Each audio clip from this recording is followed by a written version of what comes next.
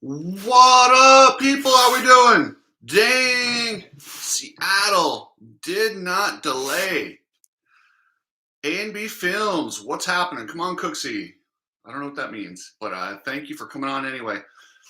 Oh, Pat, poor Sexton. Oh my good God. What do we do with this kid? I don't know. I honestly don't have a clue on what we do with him. Um, yeah, I'm genuinely horrified by him. Nick Stewart, what's happening, my man? Cooksey Mob. Yeah, Sexton fan. Being a Sexton fan is hard. Um, damn. For those of you that watch baseball, you ever see when the pitchers, they call it the yips, where they throw the ball and they don't know where it's going, or like a guy by the name of Chuck Knobloch played for the Yankees. He was playing second base. I mean, he could throw the ball like nobody's business, but if you hit him a routine grounder and he had to throw it to first, that thing was going in the front row. Literally, that's where A&B Films. Yeah, what up, brother? Austin Searle, how you doing, my man? I recognize the name. But yeah, the yips, man. Literally, that's what we've got going on right now with Sexton. I mean, honestly, I didn't even have to see that it was him. When I heard the crowd, I knew what had happened. Like everyone in the house knew what it was happening. Oh my God. Yeah, Dino. Kenny looked good. I mean, Kenny's Kenny. You give that guy a good start. He's got so much talent. He can battle up front. But yeah, Eli, Webb, all those guys, they just know. They're like, don't worry about it. It's just Sexton. Don't worry, guys. He's going to crash. Um, yeah, I honestly, I don't know what you do with that. But let's start with the 250s, guys. We'll get to all that stuff in the 450s. But I'm going to start with the heat race. I'll just say this. Cameron McAdoo's a damn idiot. What was he doing? Like, honestly, why would you jump to the inside with 6 inches up onto that tabletop? I have no idea what he's doing. This guy's dangerous. He's really dangerous out there. I would not want to have to race against Cameron McAdoo because he doesn't know what he's going to do. Like, he's literally off his goddamn rocker. Yeah, I can understand Jett's frustration. That could have ended a lot. Like, could you imagine if Jett gets hurt, breaks a collarbone? Whew. Real JD, yeah, I guess you can't say he's not exciting, but I'm looking at it as somebody, if I had to race him, if I had to race against him, I would despise that guy. Yes, I'm not going to lie. He's definitely fun to watch. Oh my God. Hold on. Corey Banks. I was dying laughing. He kept calling him Hunter. I'm like, Hunter's in the East, bro. This is Jett. Yeah, Ricky had a bad night. Ricky made a lot of weird things. He was just off. Yeah, and that's the way I'm looking at it. Real JD said I would hate him if I raced for him, sure. It's just like, I mean, could you imagine if he come across and like hit him and hurt, if he hurts Jett Lawrence? What if Jett flies the other way and one of those guys is coming around? Jerry, I'm not drinking. Oh, maybe Ricky was drinking, possibly. But yeah, it's let's see. AZ Turbo Mini. It's okay, Barsha or Deegan. We're talking apples and oranges here, bro. I'm talking about dangerous situations like what he did to Chris Blows. I'm talking about what he just did to Mackett, or like, you don't jump. Nobody jumps on a guy in a rhythm section. Apples and oranges, my man. Totally separate arguments. What we're talking about. Emig and Ralph. I don't know if I'd go that far, but I want Daniel Blair. I would like to see, Daniel with someone else up in there. I don't know who. Shit, I'd like JT up there. JT's pretty good. Yeah, but there's the time for Ricky to bow down. Like he's just not good. I'd like Stewart in there. It'd be nice. I know it was really hard for the outdoors last year when they tried to get a new rotating co-host. I would love if they did that more often, but I love Todd Harris. Maybe Todd Harris and Daniel Blair. That's a great combo. Jerry Baldwin was RV there tonight. I don't know if he was. Yeah. So, all right, guys. So Jett Lawrence, dude is so good, and watch the way he does this, guys. He's a master at doing what it takes to get up front and then manage the race. He keeps those guys just close enough, but not too close. As soon as they get closer, he just finds that extra speed. And it's like he's just almost like he's toying with them. RJ Hampshire, that pass he made on McAdoo was savage. I loved it. It was very aggressive, but it also was not dirty by any means. I mean, he just took McAdoo up to the top. It's funny when he said, uh, yeah, let's see, Ricky famous inside outside statement. Yeah, ouch. Yeah, for sure, Dino. But no, so that move that he put on McAdoo was awesome. RJ is just a class act. Did you guys? I love the piece they did on RJ. How do you not like a guy that sits and plays with his daughters? Like, and the thing about RJ is, I don't know him real well personally, but I've talked to him multiple times off the track. He's the exact same guy. He's not one of those guys that fakes it. Yeah, I know. He said he thought it was the last turn, but I don't care. I like it either. Last lap, but yeah, it is what it is. But he seems like a really likable guy. That's why I worry about him and his concussions. And then Lopes snuck in there quietly. They didn't show him on TV, but hey, fourth place, one off a podium. Damn, good way to go, Enzo Lopes. And my man Max Voland. I'm starting to get a little bit worried about Max, and he comes through. Mad Max got up there past Kitchen. Kitchen must have got an arm pump or something. He looked really good in the heat. But he definitely faded. And that happens from time to time in these rudder tracks. You get a guy up front, you have a couple oh shit moments and just grip the bike or you start fighting it and you get pumped and that's it. Pierce Brown. I love Pierce. Geesh. Marcy, what's happening? Let's see. Yeah, I love, yeah, Pierce Brown. I mean, after that heat, it was so good. But he just, I don't know. And then Carson Mumford. How about Mumford? I love it. Got up there, 8th place. I will 100% take that. Corey Pierce got into it in the second turn. He ran into Mumford and almost crashed. Came from dead last. But yeah, Mumford looked good. Almost won the heat race, and then Pierce got it from him. And then just a solid 8th place after coming back from a wrist injury and a calf injury. Good on him, man. And then Mitchell Oldenburg, he didn't do as good as I thought. He was still invisible, like always. But Mitchell Oldenburg, I thought he would get 5th. Let's see. Cole Thompson rounds out your top 10. Okay. In the 450 class, guys, we have Eli Tomac. Absolutely. Oh, dude. Okay. So hold on. Yeah, you're right. I'm sorry. I forgot to mention Styles. Styles was running up front, absolutely crushing it. Did anyone think that he got a little sideways in the whoops? Am I crazy in thinking that maybe McAdoo hit him? I want to see that again. It was one time, and maybe I'm just being a little bit AMAC. I don't believe McAdoo touched Styles, but maybe that's what we had to do to turn the whoops. I'm not sure. I want to see that again. I'm not going to blame McAdoo or anything. He's just suspiciously close to incidents a lot, hurting other riders. So I'm a little down on him right now. Kind of bummed me out. 450s. Hey, we finally saw. Hey, guess what? Christian Craig is actually racing out there. He won the heat. But that was crazy how it worked out with all the fast guys were in heat 2. I mean, literally, that was like a main event in heat 2. And Webb busting out the attitude with the finger. That was awesome. But Christian Craig needed that. I thought he would do better in the main. I'm extremely disappointed to see he's back there in 9th. But at least he's still racing. And hey, it's a sign of something.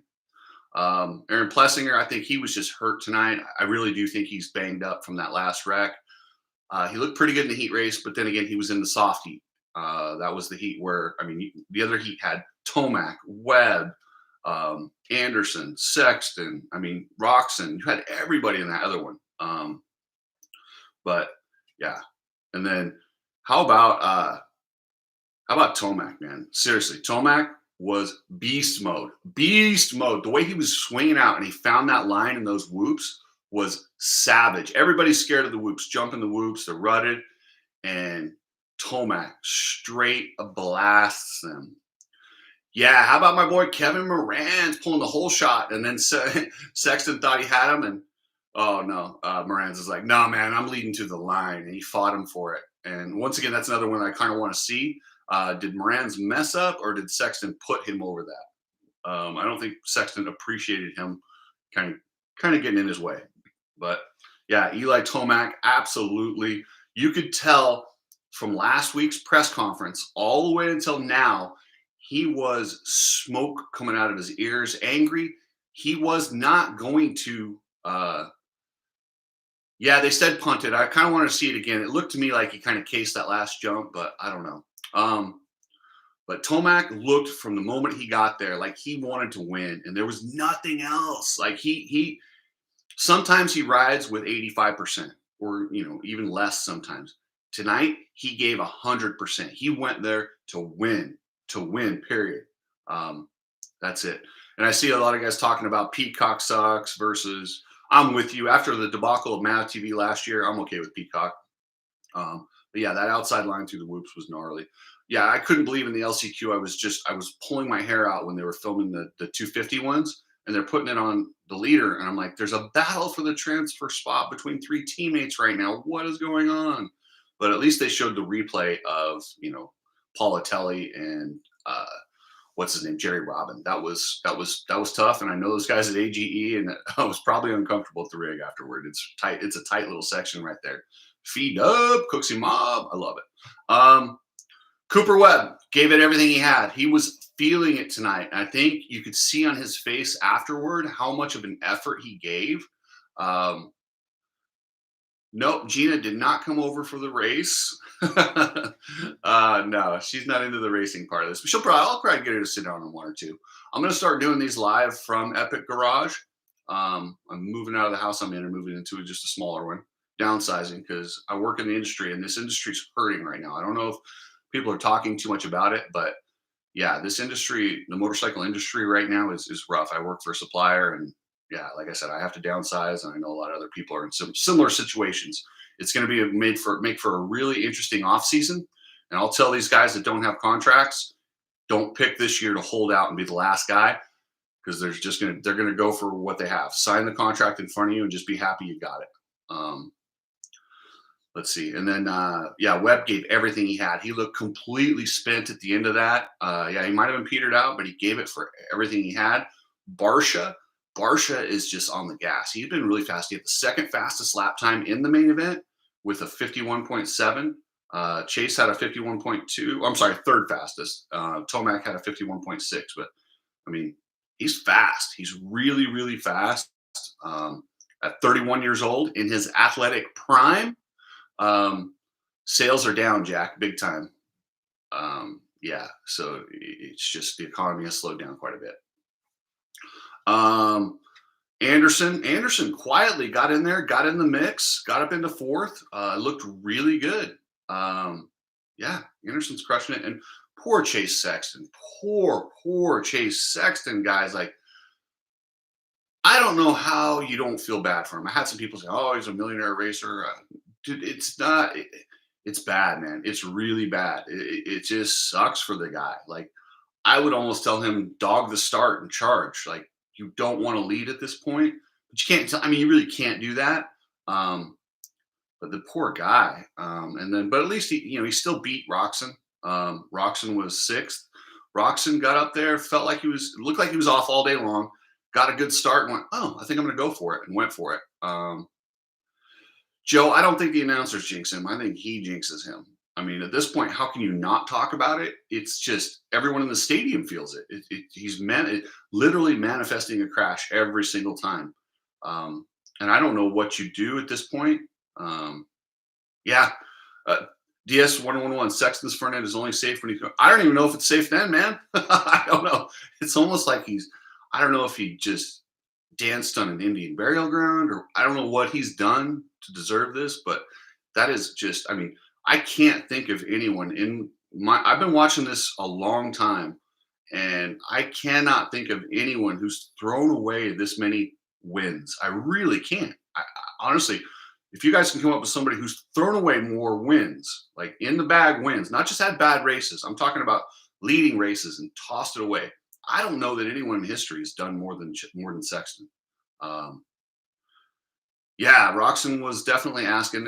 Yeah, it is. AC looked really good. One thing you can say about AC, Skip Plessinger there because I kind of talked about him earlier. He battled through. He's a warrior. He got seventh, but don't think a lot. I heard people say, "Oh no, that was his one." No, he will have more chances. One thing about Plessinger is he has it. Nick, I'm with you, man. I've been watching since the '80s. Like I think I started watching like '84 when I was like 9, and I have never seen anyone like that. Yeah, but Plessinger warrior through it, battled in, and did what he could. I think he's sore. I think has a huge emotional letdown. The week off will be really good for him. Um, he's good at Glendale too. Watch for him to be. I would look for him to be on the podium in Glendale. That's what I'm picking for Aaron Plessinger. Adam Cincerillo. Nobody's doubting Adam Cincerillo's speed. He's still got it. If the races were short and he didn't have to worry about his wrist or hand going numb, he would be up there every single week and he'd probably win races. But it's just not. I mean, it's something where, unfortunately, this wrist injury might end up costing him his career, and it sucks because all the other pieces are there. Like he's literally got all the other pieces. He's got a talent. He was the second fastest guy. Um, yeah, yeah. Feed up. How about SMX stats being around for decades? That makes me. I'm like, what? Well, yeah, I'm with you, dude. Those stats, like SMX stats, they haven't even had an SMX race yet.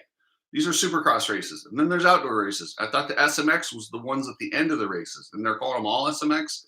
They're as bad as Ricky calling quads triples and triple squads. They don't know what they're doing. It is what it is. Christian Craig, after that awesome heat race, I really thought that he would do better, and I was disappointed with his. I don't know what's going on with him, man. You got to do better than ninth. You can't be battling with Justin Hill. By the way, Justin Hill's awesome, but he's on Team Tedder. Yeah. So, yeah, I don't know. But let's see. Oh, yeah. Brothers did it before the Hills in SMX. Not sure what that means. Craig had the easy group, but it's a win. Sometimes I almost think if you get like a win in a heat race or a podium or a win the week before, I'm going to go ahead and just add 5% to your confidence, and that 5% can take you a long, long ways. If you win a couple in a row, you get 10%. It keeps going up. The one thing that Ricky always says is confidence breeds confidence, and he's absolutely right. That's 100% how it believes. So, Matt, aloha. What happened? What's happening, brother? And then Dean Wilson, 10th. Hey, and if you guys listen to me, Josh Hill, I said, pick him for your wild card. Did I not? I said, I got the wild card. If you listen to me, you got Josh Hill as your wild card. And then how about Hawaii's own Grant Harlan? He looks pretty good, man. The guy's hauling ass. I was disappointed in Shane McElrath. I don't know. I really thought, even on a Suzuki, I thought he'd be better than this. But that's it. So. All right, guys, that pretty much wraps up the 250 and the 450 overreactions.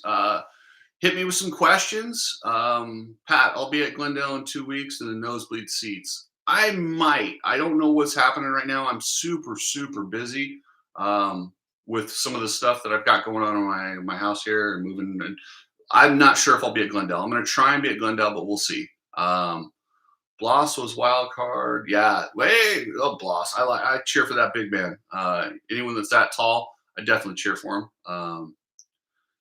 Matt V. Sexton, not surprise you again.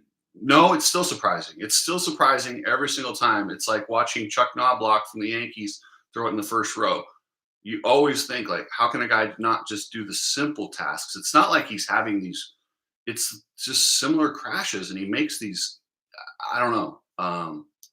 There's proof why I say Sexton's a lot like Emig in '96. Maybe, yeah, that's a reasonable comparison, but I don't think Emig threw this many away. Hunter or Jett on the shootout? Well, Jett's better, but I don't know. I don't think he's going to push Hunter like he pushed these other guys. AZ Turbo Mini, you'll be at Glendale, Triple Crown, and also had to lobby, but I got a hold of Daniel Blair. He put me in the connection with the right people. I got my buddy Caden Lewis in the he's in the Supercross Futures. He's a friend of mine, lives in Kingman. Really good rider, young rider. I mean, he's no Juju, Juju or Julian Bomer, but he could be. Watch him. I'm telling you, Caden Lewis, he's taken an unconventional road from the amateurs, but I would say he's probably going to be mid-pack Glendale, but it's his first run at Supercross Futures. He's been racing arena cross, but it's awesome. I'm pumped. So let's see. Pat, went in the stadium for the first time. That's when I decided to buy my tickets today. Yeah, that stadium's badass, man. It really is. It really is. Uh, I sure wouldn't want to be in Moran's pit after that race, or even Sexton for that matter. I think Moran's is okay. I think Moran's is, you know, probably not thrilled, but yeah. Does Levi ever win a Supercross title? Absolutely. He is really good. He's on the edge. Zyclown, Fresno Smooth versus Indiana Jones. Fresno Smooth all day long. They need to make Loke Dog mad. How many people would have picked Moran's as the first lap leader? Nobody. If you did, you probably don't know racing very well. Somebody's girlfriend that just liked the number 80 picked Moran's as the first lap leader. But nobody who really understands racing or has watched racing does that. So just wondering where Vince Freezy is. Vince Freezy ruptured his Achilles tendon prior to the season, and that is a long one. He's got to heal up from that. Once he heals up for that, I don't think his priority is to get out there for any AMA Supercrosses. The World Supercross is what he's going to focus on. Jerry Baldwin, Stewart's record is gone. Yes. Did you guys notice the winningest rider? He quietly has moved past Bradshaw and a lot of the other ones. Is Roxon. Roxon is the most painful, or the winningest. I'm reading Pat's comment here. He's the winningest rider to never win a title. He's ahead of guys with 2 championships, and I think he's ahead of Stanton with 3 championships. It's crazy. And that's why I wanted him on the Firepower Honda. I wanted to get him off that list. Pat, that sounds painful. Yes, ruptured Achilles is gnarly. I've done that. I landed off a jump, cased it, landed on my toe, and I thought a board. I was like, is there a 2x4 or something on the track? I thought it had flipped up and kicked me in the back of the leg, and I looked back to see what I hit, and there was nothing there. And then I went to shift, and my foot didn't work, and I'm like, oh no. And oh yeah, it was pretty painful. I mean, it wasn't as painful as some injuries. It was just so weird. Daniel Parsons, who's the pickiest Supercross rider today? I'm going to go based off his dad, and I'm going to say Ken Roxon. His dad has let us know exactly a lot of the things that Ken's asked for and got. So let's see. Tomac reminded Webb who he is. He absolutely did. And you could see it all over Webb's face, and he was pissed. And he was like, damn it. And he even made a joke on the podium, and I did laugh. Trust the process. He was working through some stuff. Let's see. Y'all ever watch the YouTube crash of a kid in a 150 breaking his leg? He screams, my leg, my leg. Not off the top of my head. I don't recall that one, Corey. Yeah, that one. Yeah, that's gnarly. So, seemed like Webb didn't push it, which is pretty disappointing. Matthew, I disagree with you. Look at his face after. He gave everything he had. He was much slower. In qualifying and that, he stepped up. That was all that Webb had, and he had nothing for Tomac tonight. James Hinton, Sexton will be fine. Damn, I hope so. Well, I'll tell you what, it will be good for him next year to go to the KTM and just change everything. And it just, maybe that new change of scenery will change things up. And yeah. Let's see. Nick Gilliland, you think Tomac going to be 2023 champ? Be tough? I don't know. Well, I'm pretty sure it's going to be him or Webb. If it was up and I could bet right now and it was even, I don't know who I'd pick. I'd probably go Tomac, but not by a lot. Yeah, his body language was amazing. That was awesome. Webb's Nillabuds. Webb's face was 1,000 words. Oh, absolutely. I should probably do. I can't wait to see what the press conference looks like. I might do another body language one this week. I think those are fun. I do enjoy just breaking them down. And body language is not an exact science. Sometimes, I'm telling you what I saw. That doesn't necessarily mean what's going on in their heads. It's a educated guess is all the body language is. So we didn't get 3 red plates, but we got 2. Hell yeah, we got 2 heading into a triple crown. How badass is that? Who won Glendale last year? I don't know. The last Triple Crown that I remember there, don't remember. Yeah, it was the year because all I remember is Vince Freezy getting taken out Craig. I think it was Tomac. I think Tomac won. Um, Thrasher biting his lips in the press conference. Yeah, that was awesome. He wanted to say stuff, and it was yeah. Uh, let's see. Daniel Parsons. Would you rather burn in hell forever or listen to Rutledge Wood announce Supercross? Dude, that's mean. That's mean. Oh man. I actually I'm okay with Rutledge Wood. I mean, is he educated in Supercross? No, but he's somewhat entertaining. I mean, he's not bad. I think I like him better than that's pretty funny. It's pretty funny, Daniel. I think at this point I'd rather hear him than Carmichael. So those Tegan. Oh yeah, if you guys didn't see, I reposted it on my Instagram and they put it up on the screen. The tweet from Deegan and then Smith commented and yeah, that was probably the best thing that team could have done to ease the tension is something like that. Chad Shipley. I feel like Ricky does better when Stewart is in there. Absolutely. I feel like when Stewart's in there, he doesn't feel like king shit. He's got somebody in there that's his equal that he doesn't look down on. Because I think he looks down on everybody, and I just don't like. I don't think it's very good. So, but I do think Todd Harris is awesome. But I like him. I'm partial because he did MMA stuff, and he's really good at that. Yeah, Carmichael. I mean, Carmichael's got some good stuff, and that is a hard job. And I don't want to trash like you call races and yeah, Glenn Tye, Rutledge is no Lee Diffie, that's for sure. Oh man. Oh, all right, guys. Well, hey, I got more moving to do tomorrow, so I'm gonna let you guys go. But Cooksy Mob, I appreciate every one of you guys. Thank you so much. You guys have a good night, guys. Peace.